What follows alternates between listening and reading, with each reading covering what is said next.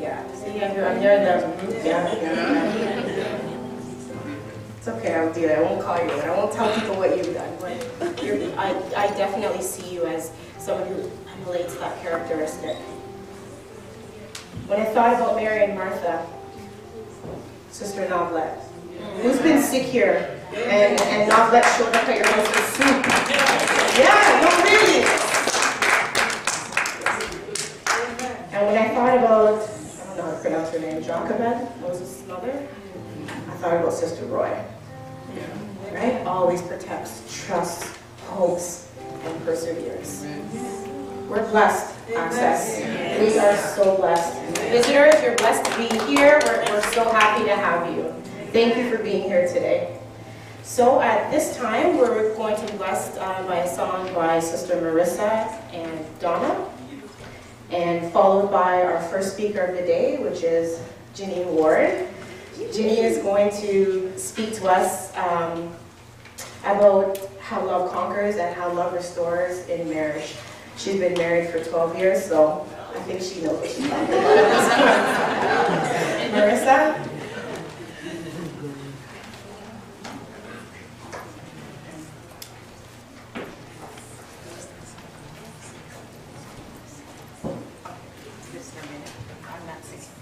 Praise the Lord, everybody. Praise the Lord. Praise the Lord again. Praise the Lord. And here, Sister Judy said, praise the Lord again. Praise We're here today for a purpose and be like Sister Judy. Sorry. Judy.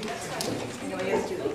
Like she said, you know, we sometimes sit and we're so restrained and we're looking around to see what other people who are looking at us and whether their face, you know, is in agreement or they too stush to raise their hand and praise the Lord.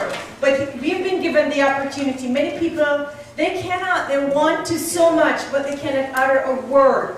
You know, people have passed away, young, old, and in between. It could have been any one of us. We have been given another day to praise the Lord. So praise the Lord, brethren. Praise the Lord again. And I don't know, I've been having a wonderful time today, and the message was so on point. It just touched your heart, and it just encourages you once more that somebody out there is thinking about you and your soul and being with God. Amen. This song I am not singing today since my surgery. Many of you might have known I had thyroid surgery back in July. I think it healed with scar tissues. So halfway through the songs, I find I want to cough or something. So I'll get that tended to in time. That's why 37 years ago I gave birth to young lady who will sing the song for us. It's called "By the Power of Your Love." Amen.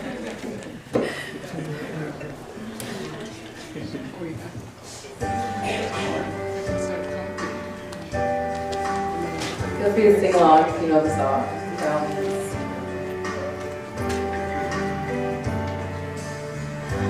Lord, I come to you, let my heart be changed, renewed, flowing from the grace that I found in you.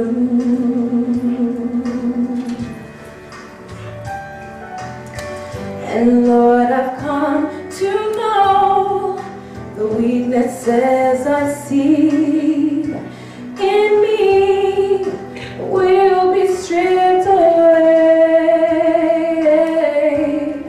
by the power of your love.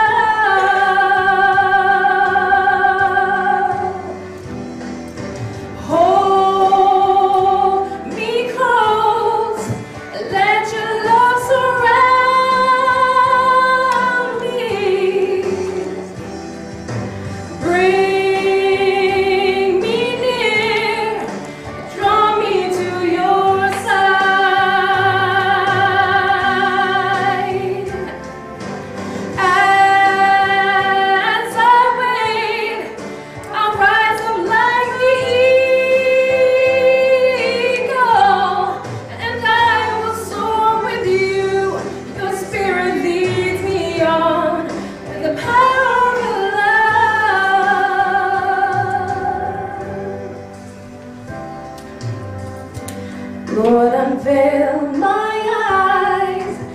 Let me see you face to face, the knowledge of your love as you live in me.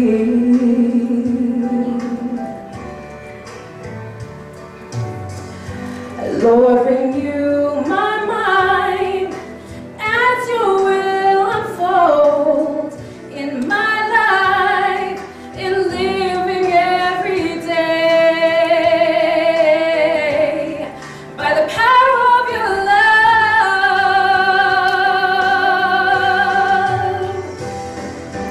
Hold me close, let your love surround me. Bring me near, draw me to your side.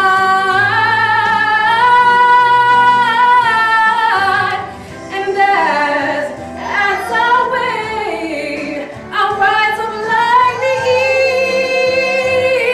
eagle, and I will soar with you. Your spirit leads me on in the power of your love.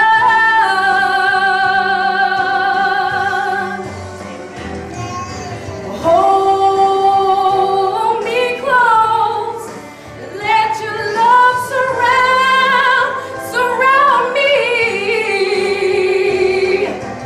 Bring me near, draw me to your side.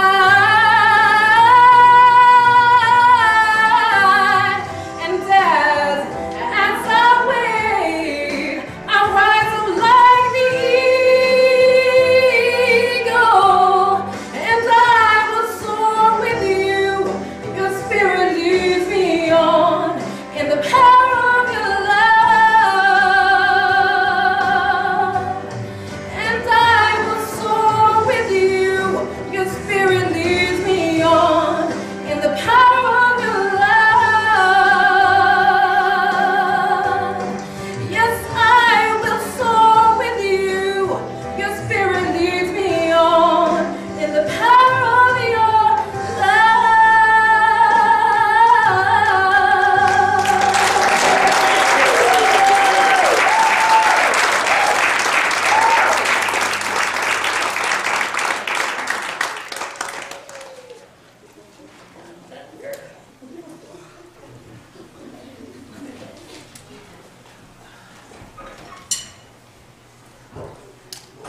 See when they use technology, folks.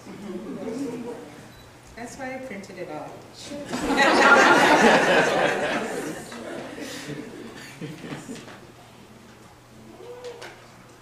Jeez, folks. Sorry, guys. All right. Good afternoon. Good afternoon. Thank you for the opportunity to speak with you today. This is not me. I am nervous. But I was asked to speak about love that conquers and love that restores in the marriage sense. So the title of my talk is Breaking the Box.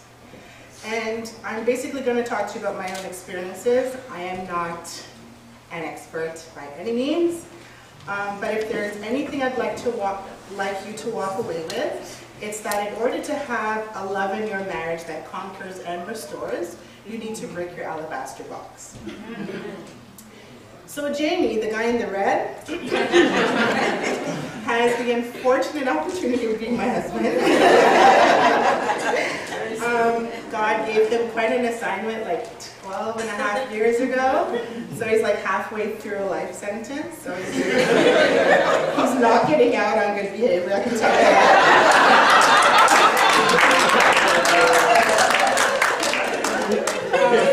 But while I can be quite feminine to you, you know, I wear a hat and wear a skirt, inside is something very different. 38 years ago, my mother gave my dad an ultimatum. He has to choose between the baby or his boxing career. And thank God he chose me. But as the first daughter of a Jamaican-born, British-raised, semi-pro boxer who turned into a junk food scientist, family man / pastor. I was raised like a boy, quite frankly. I took karate, I made it to green belt. I probably would have been fifth level black belt if I continued. At 14, my dad told me to go on all the buses in the GTA. You need to know everything there is to know about getting your wits about you. So he sent me on buses. I got to Warden and 7 on a bus. There were no cell phones back then. And made it back home on the bus. Okay, these are the things my dad made us do. At 16, I got my very first car. It was a 1990 silver Pontiac Sunbird. No, guys, it was wide. There were no lens clips, so I had potpourri in the back dash. So needless to say, I can troubleshoot car issues. When the mechanic says, you need this and this and this, Jamie calls me, because I'm like, really? Do I really need this and this? I can unclog drains. I can go into the counter and unclog drains. I love boxing. And I'm a walking GPS. I'm a literal walking GPS. I can tell you anywhere you need to go. But my first real encounter with Jamie was in March or April of 2002, when we ended up having an argument on the phone. I hung up on him, and then he called me back the next day. I'm like, yo, dude, like, what the crack? We just argued. And then a couple weeks after that, he forced me to drop my sister home and come back and dance with him at Anthony Lamont's wedding. And the rest is history, folks. So we were married in 2006. But early on, more so when we got engaged, there were times when I kind of felt like I was bucking heads with this guy. I couldn't agree to disagree. I just told you how I grew up. And it was hard to kind of take the high road. And there's nothing wrong with having your say, because there's two of us in a relationship, but I am type A. I like order. I was raised to be strong, self-reliant, assertive, and when left unchecked in a relationship, it can hinder rather than help. And so it was kind of during this time when I first realized that maybe I needed to examine my own alabaster box, and maybe in fact I needed to break it. So I'm going to assume that you already know the story about the woman with the alabaster box. But based on my research, a single Hebrew woman would have a hope chest, which included an alabaster box. And the value of the ointment was important because sometimes it served as a dowry, or as Sister Judy pointed out, it was used on the wedding night. And if she accepted the proposal, her response would be shown by breaking that box at the feet of her future husband. So you can imagine how stunned onlookers would be if this woman just came with her own alabaster box and broke it at his feet. She really put herself in a position of vulnerability to be judged and ridiculed. And once she did it, she opened herself up to be used and blessed by Jesus. So how do we apply that story today in marriage? When we enter a relationship with a spouse, we, both men and women, come with an alabaster box. We all have them. We come with a box filled with hopes, aspirations, and baggage. And both people in the relationship have to, first, break their alabaster boxes at the feet of Jesus in surrender to His will. And then two, they need to break that alabaster box in front of each other, at each other's feet, as a sign of love, respect, and commitment to each other. And only by breaking the box can we really develop that love that conquers and restores. And why do I say this? Because when two imperfect people get married, they often try to kind of patch each other up. They try to patch up the imperfections with stuff, right? Dinners, activities, trips, children, sex. And while all of that stuff may help to repair some of those cracks, every marriage has a God-shaped hole that only He can fill. So this God-shaped hole is not an imperfection. It's actually a hole that's been uniquely designed by God in marriage. So I think the scripture that I read said, Ecclesiastes 4 verse 12 says, a person standing alone can be attacked, and defeated, but 2 can stand back to back and conquer. And 3 are even better, for a triple braided cord is not easily broken. So what is my point? Like, what am I trying to say? Trying to fill that God-shaped hole in marriage with stuff is futile. It is draining, it is difficult, and it's impossible. But by drawing near to God, and by breaking our alabaster boxes in the spiritual sense, couples can surrender and commit their relationships to God first, so He can fill that hole. Once that happens, then they're strong enough and more resilient enough to help sustain their marriage and create a love between them that conquers and restores, and that can kind of overcome different obstacles that happen in marriage. So what does this conquering love and restorative love look like? And again, this is only, guys, from my experience. Just, roll with it, folks. So for a love that restores, remembering how I grew up, folks, I appreciate my brought-up see. I love Bill and Shannon very much. However, they made me almost too much of an overachiever and too much of a perfectionist. So when something, as Jamie can attest to, isn't up to my exact specification, I can get upset.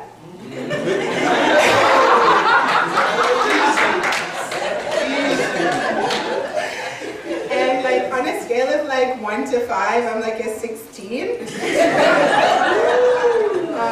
And this perfectionist flaw had made me super critical of myself and my appearance, and it was paralyzing. And it wasn't a self-esteem thing, because I got a lot of self-esteem. It was just being overly critical of myself.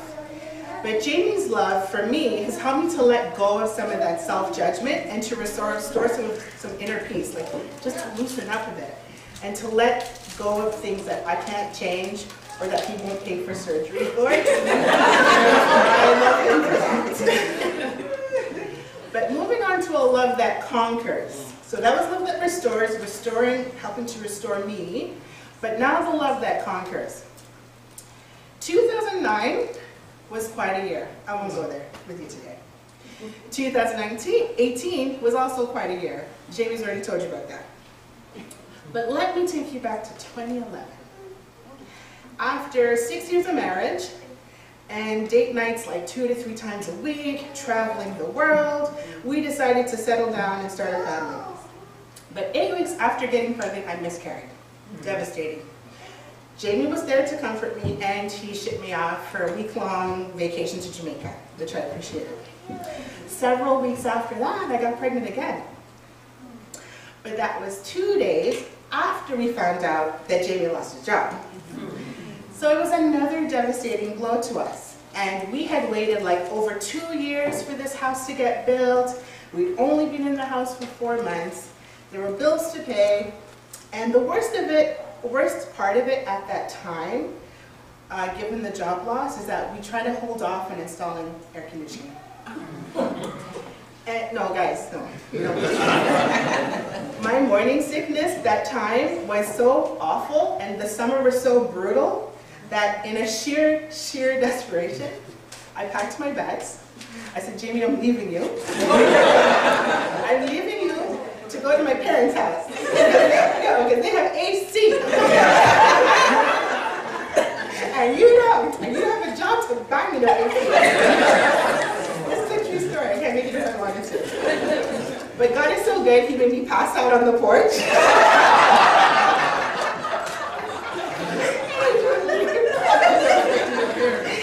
So throughout that entire ordeal, though, except the AC blip, I'm not gonna lie, it was a thing. We were in it together. Like, we had lost the baby, pregnant again, job loss, but we knew that God was gonna make a way. Amen. And so, in our love over the years, gave us the confidence to know it's just kind of like a minor setback. But being the person I was, perfectionist and overachiever and all, I wanted to get things back on track. Because the baby was coming, we don't have a job, what are we gonna do? But the problem was that God had removed everything from us. Like we had to, or I had to learn again, that I had to fully rely on God to get us through this. And that's when I knew I had to break my alabaster box again. And once I broke my alabaster box, or maybe we broke our alabaster box to be vulnerable, to be exposed, to let God fulfill His plans for us, crazy things happened. Jamie's company, the people who laid him off, allowed him to keep his company car for 6 more months to attend interviews while he looked for a job. Who does that? Yeah. The same company that terminated Jamie, like, Jamie got like this severance letter, and it was like scribbled out. And in fact, they like doubled the amount of time he would get severance. They doubled the benefits. They doubled everything. And we're like, thank God. Then, out of the blue, somebody told us to go on vacation. I'm like, thank God. I didn't have to pay for it. We didn't lack for anything during those 4 months. And in fact, you know, Jamie got the job, started the job, and then we got the letter in the mail saying, you're approved for EI. We're like, EI? You're late. So we didn't even need it. And the most amazing part of breaking our alabaster box again and resubmitting to God, and even maybe even to each other, was that Reese was born on the same day I miscarried. Wow. The very exact day. So, what is the message? The message is that God's love for us restores and conquers. And we see this clearly through the death of Jesus. Amen. But God expects us to follow His example and use love to conquer and restore relationships, including marriage. But to do this, we have to break our alabaster boxes first at His feet, release the contents, surrender ourselves and our relationships to His will. And finally, we need to break our alabaster boxes at the feet of our spouses. Paul says we must die daily so that we can gain Christ. And I submit to you that by breaking your alabaster box is not a one-time thing. I have like unlimited supply at Amazon. It is a daily struggle. Sorry, guys. It is a daily struggle to leave yourself vulnerable, to be loved, to be cherished, to be admired, and then to be used by God and your spouse. Our alabaster boxes are filled with history, experiences, flaws, lots of flaws, hopes and dreams. Perhaps you broke your box for someone who refused to break their own. Perhaps you played a game of Russian roulette, saying, I'm going to break mine, you're going to break yours, you're going to break mine, and you held on to yours. Or perhaps you broke your box 50 years ago, and you don't remember why it was so important. Or maybe you lucky single ladies, you're still holding onto your alabaster box. Whatever it is, look inwards and look upwards. And ask God to work on the rough areas so that you can be the best you can be for God, and that you can be the best you can be for your spouse, so that you can develop a love that conquers and a love that can restore through all the hard trials of your life. That's it. Thank you.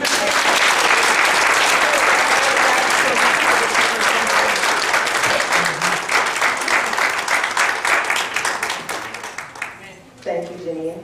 So was I right? Does she know what she's talking about? Yeah. We're going to sing hymn number 184. If I can get some assistance singing up here, that would be great. So you have hymnals, number 184, Love Lifted Me.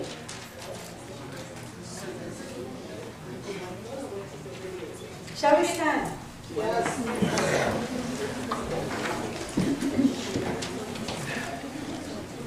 I was sinking deep in sin, far from the peaceful shore.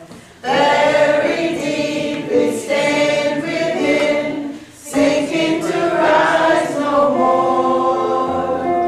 But the master of the sea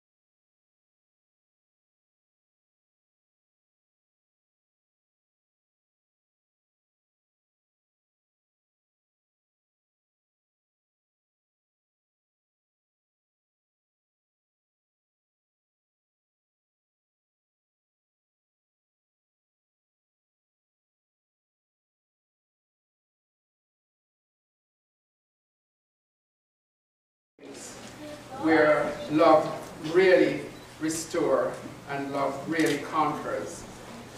First, I give the definition of love.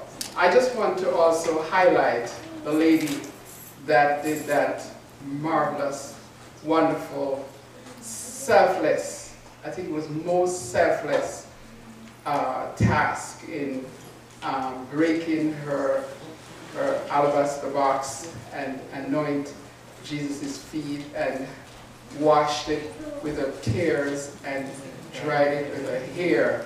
I think that's just wonderful. I can't find a word to, I think it was such a selfless task. She didn't think about herself. And when we come to worship God, we need to not think about ourselves, but think about Him. First, I'd like to give the definition of love, conquer, and restore before I begin.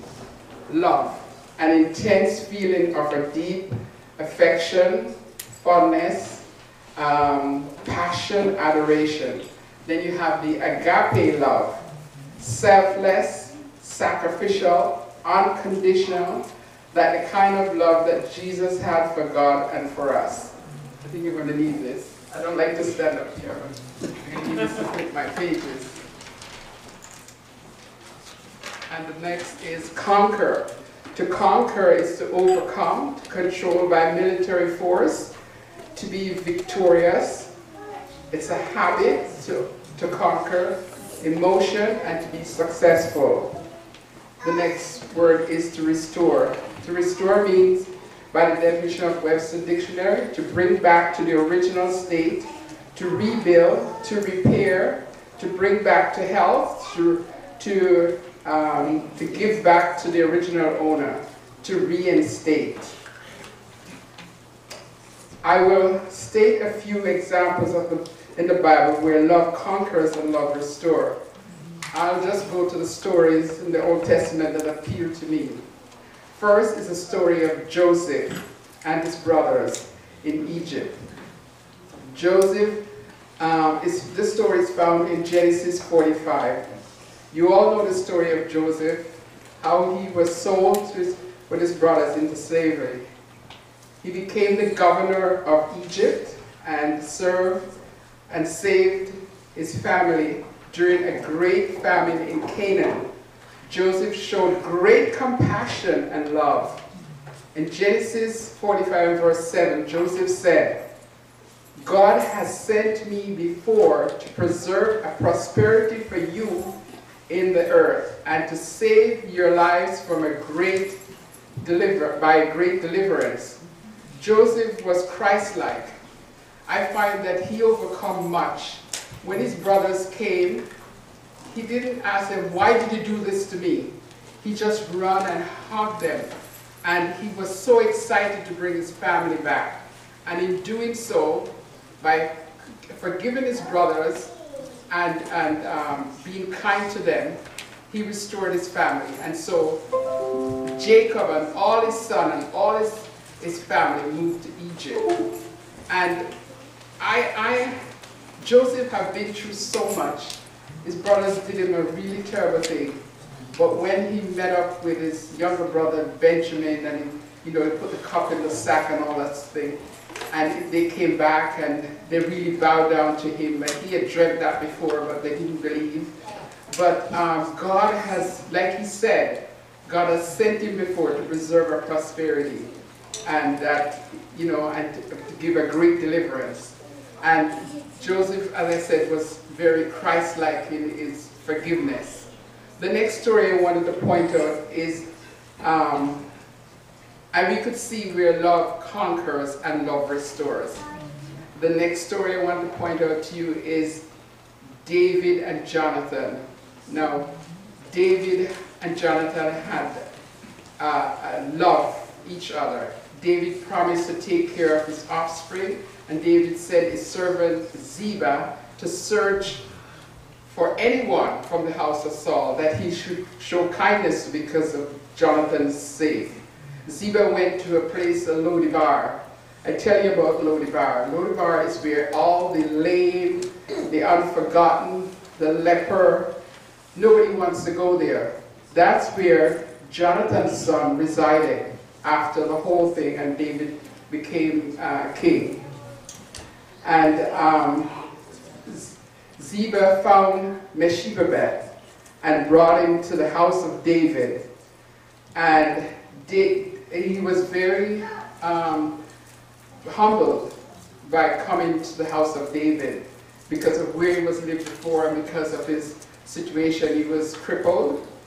And David said to him in 2 Samuel 9 and verse 7, he said, "Fear not," he said to Mephibosheth, "fear not, for I will restore you and all the land your grandfather Saul had, and you shall eat bread at my table continually."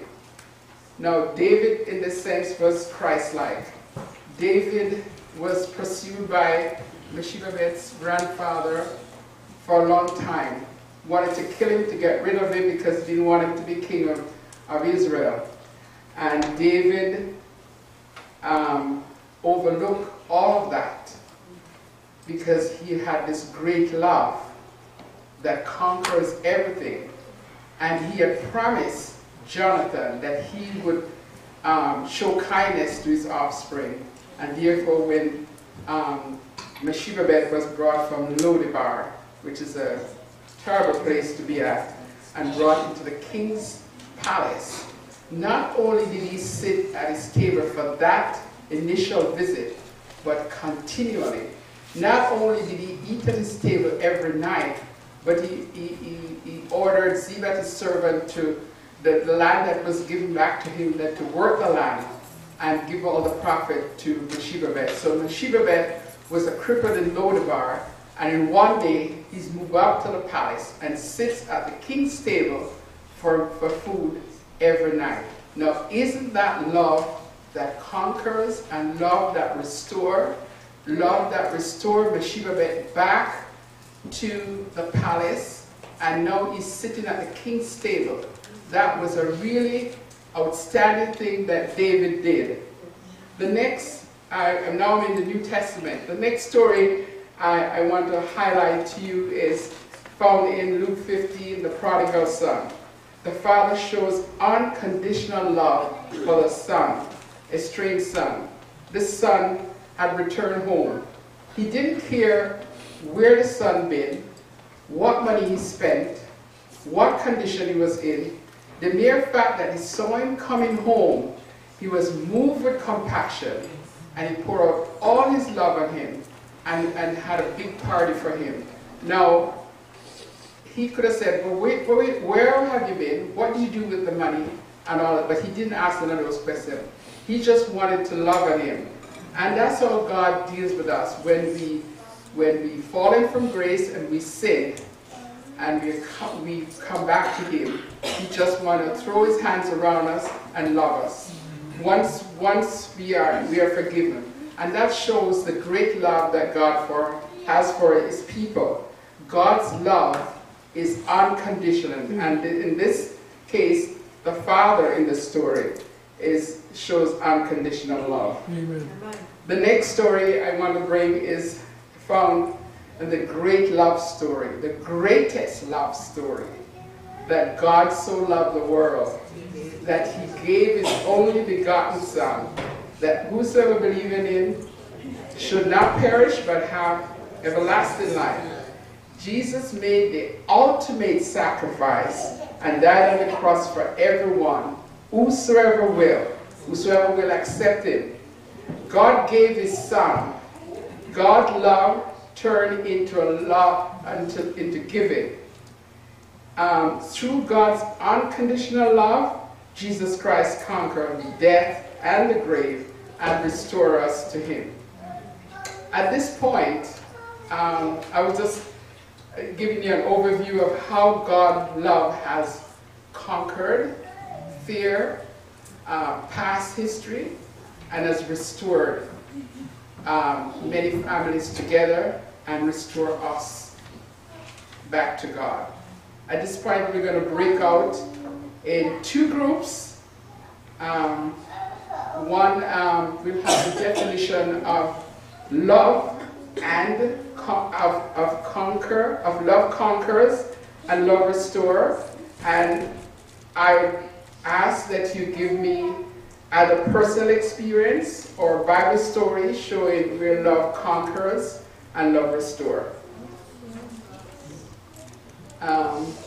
So we just use the group over here and the group over here. We just want one person to be the speaker of the group. You can cite many incidents, at least 3 or 4 if you want, and the same over here. So this side we do love conquers, and this side we do love restores.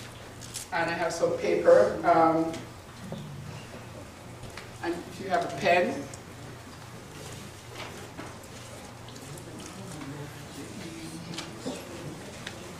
Who wants it?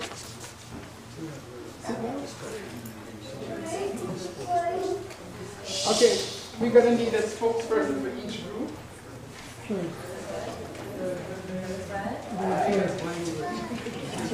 And you have 10 minutes to do this. Okay. Okay.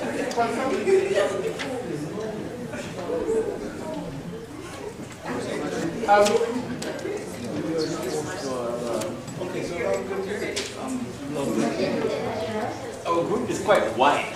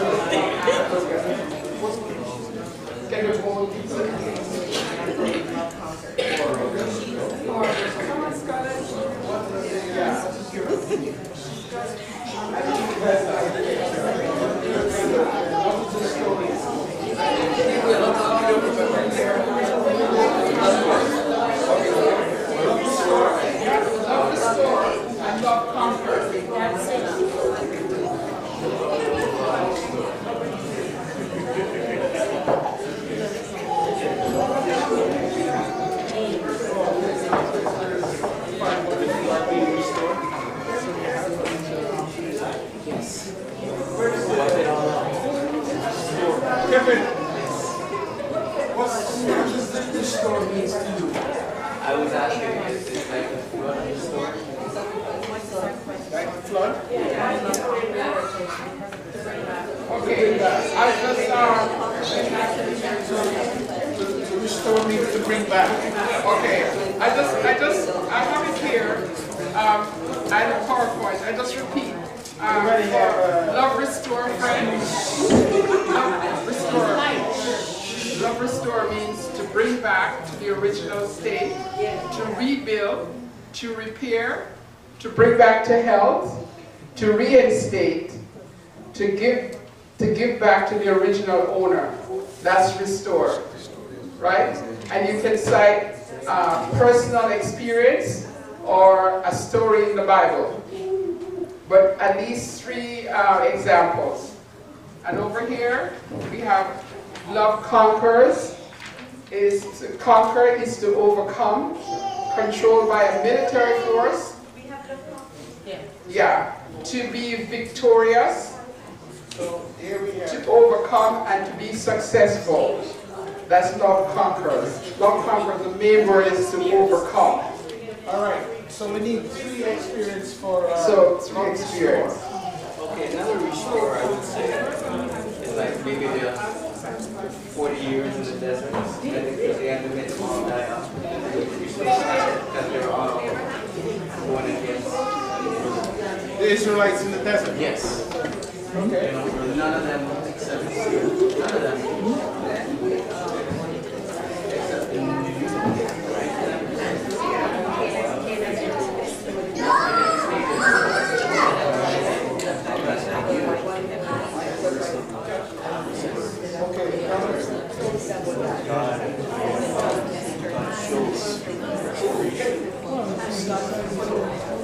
Okay. Restore restoration of the wall.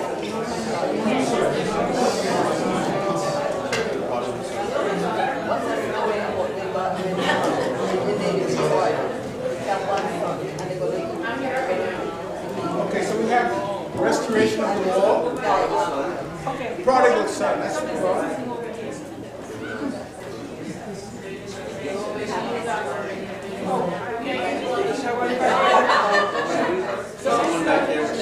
She used the prodigal son. We have 2 ideas.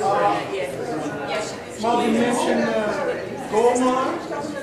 Who was the other person? Marvin? Sam, thank you.